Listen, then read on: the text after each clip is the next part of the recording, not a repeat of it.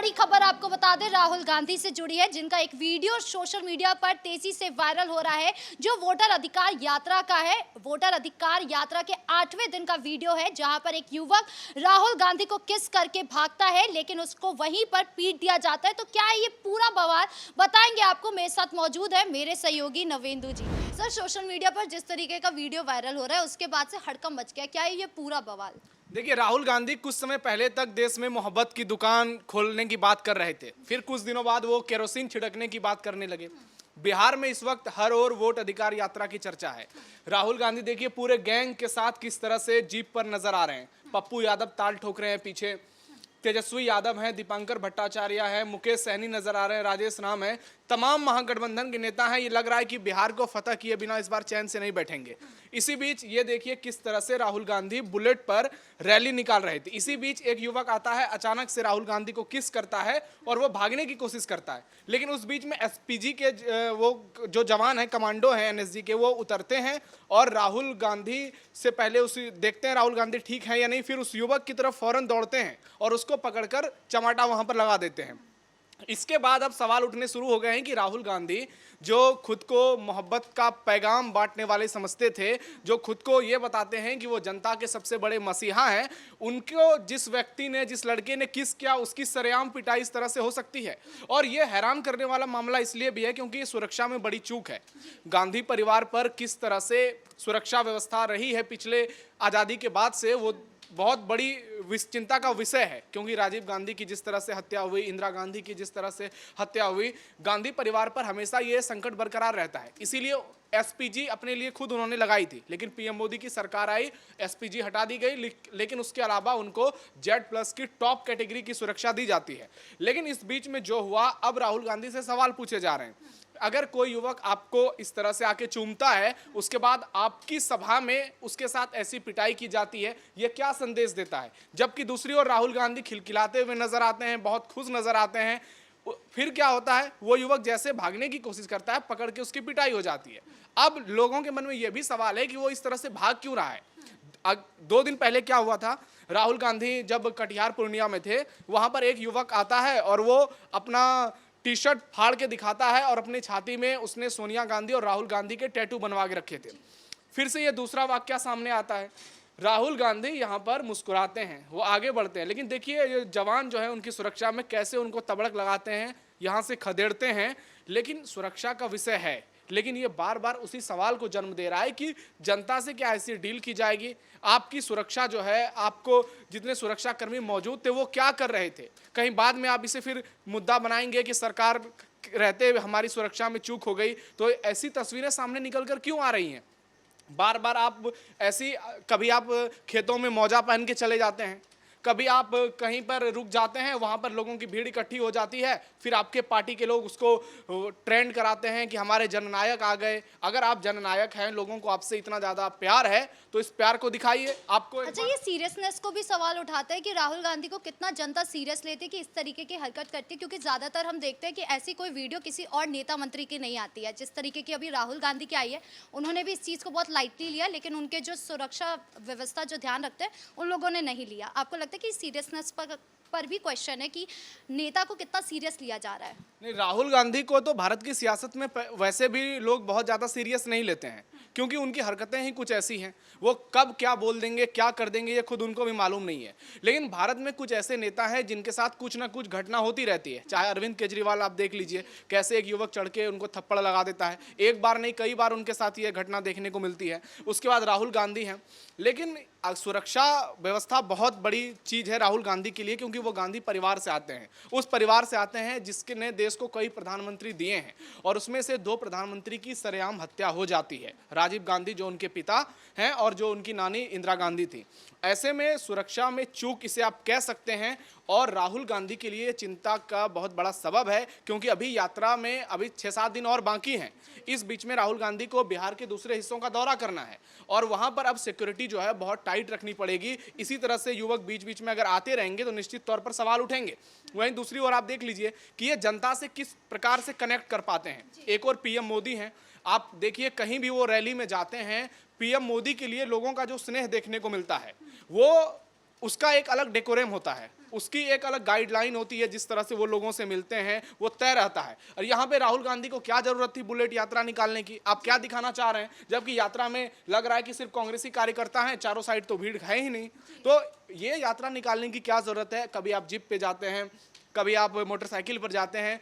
आप जब भारत जोड़ो यात्रा कर रहे थे पैदल चले थे, उसी तरह आप क्या इस बार नहीं चल सकते? अगर नहीं चल सकते तो प्रशांत किशोर से सीख ले लीजिए, किस तरह से वो गांव-गांव जा करके लोगों से कनेक्ट हो रहे हैं, लोगों से मिल रहे हैं। लेकिन राहुल गांधी को ये बातें समझ में नहीं आती है।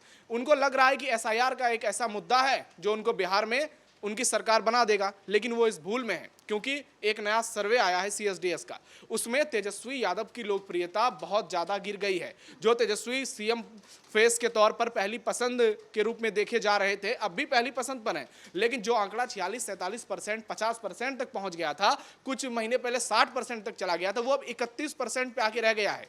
हालांकि नीतीश कुमार की लोकप्रियता 3% गिरी है, लेकिन तेजस्वी यादव की जितनी ज्यादा गिरी हुई है वो बताता है कि राहुल गांधी इसके बड़े जिम्मेदार हैं, क्योंकि राहुल गांधी ने एसआईआर के चक्कर में बाकी सारे मुद्दे गायब कर दिए हैं। ना पलायन पे बात हो रही है, ना शिक्षा पे बात हो रही है, ना रोजगार पे बात हो रही है, और यही कारण है कि तेजस्वी की लोकप्रियता लगातार गिर रही है। नहीं तो कुछ समय पहले तक जो तेजस्वी यादव शिक्षा की बात कर रहे थे, बिहार में नए सरकार से पहले के विजन को लेकर लोगों के सामने जा रहे थे, अब सारे मुद्दे गौन हो गए हैं। अब सिर्फ और सिर्फ एसआईआर, और जबकि सुप्रीम कोर्ट साफ साफ कह रहा है, चुनाव आयोग ने जो अभी तक प्रक्रिया की है उसमें बहुत बड़ी गड़बड़ी देखने को नहीं मिल रही है। अब इतनी बड़ी आबादी है, 150 करोड़ का देश है, बिहार में 13 करोड़ की जनता है, तो कुछ ना कुछ गलती तो मिलेंगी।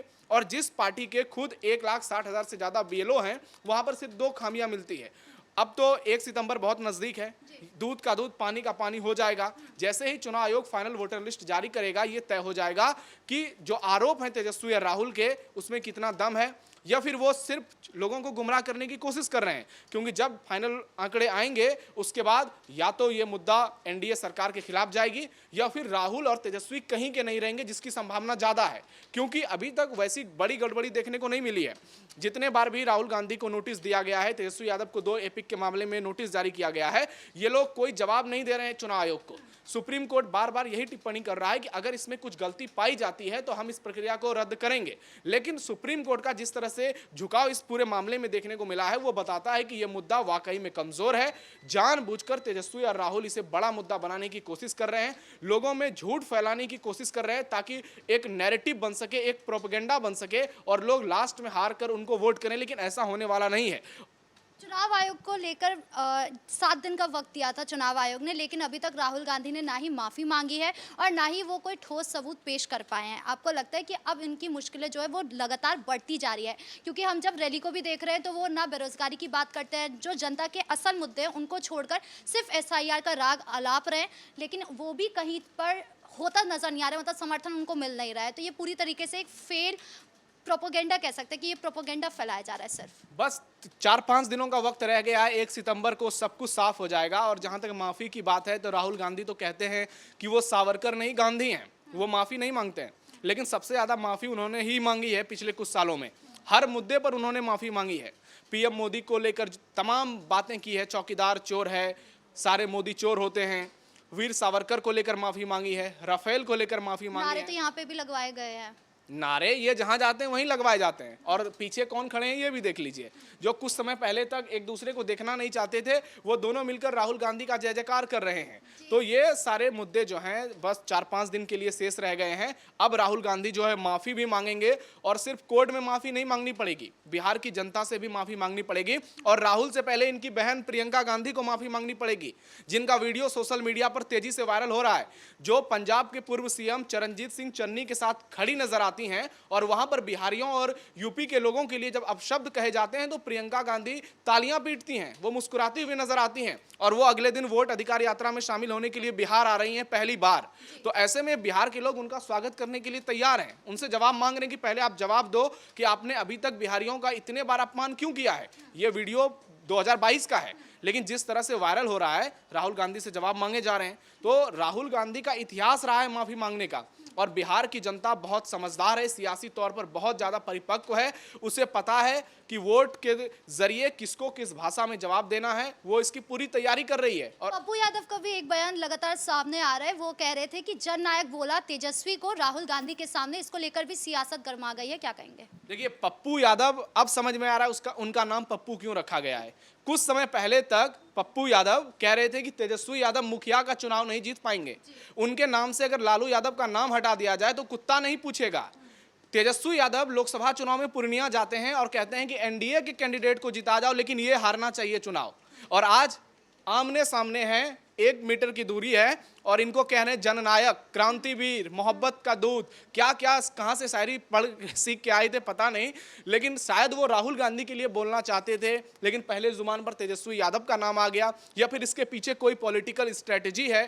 क्योंकि तेजस्वी की तारीफ करते हैं राहुल गांधी के सामने खुलकर और बाद में राहुल गांधी की तारीफ करते हैं। तो क्या पप्पू यादव ने स्पष्ट ही कर दिया कि उन्होंने माफी मांग ली है, उन्होंने सरेंडर कर दिया है, वो तेजस्वी यादव के सामने नाक रगड़कर माफी मांग रहे हैं। और पप्पू यादव का पुराना इतिहास रहा है, वो सबसे बड़े पलटू राम है बिहार की सियासत के। भले ही लोग नीतीश कुमार को बोले, लेकिन पप्पू यादव को देख लीजिए, कभी वो लालू यादव को अपना गार्जियन बताएंगे और कभी तेजस्वी को अपना सबसे बड़ा दुश्मन बताएंगे। उनसे पूछा गया था कुछ दिनों पहले कि तेजस्वी सीएम बनेंगे तो फिर क्या होगा, तो वो कहते हैं कि मुझे मरवा देगा जान से।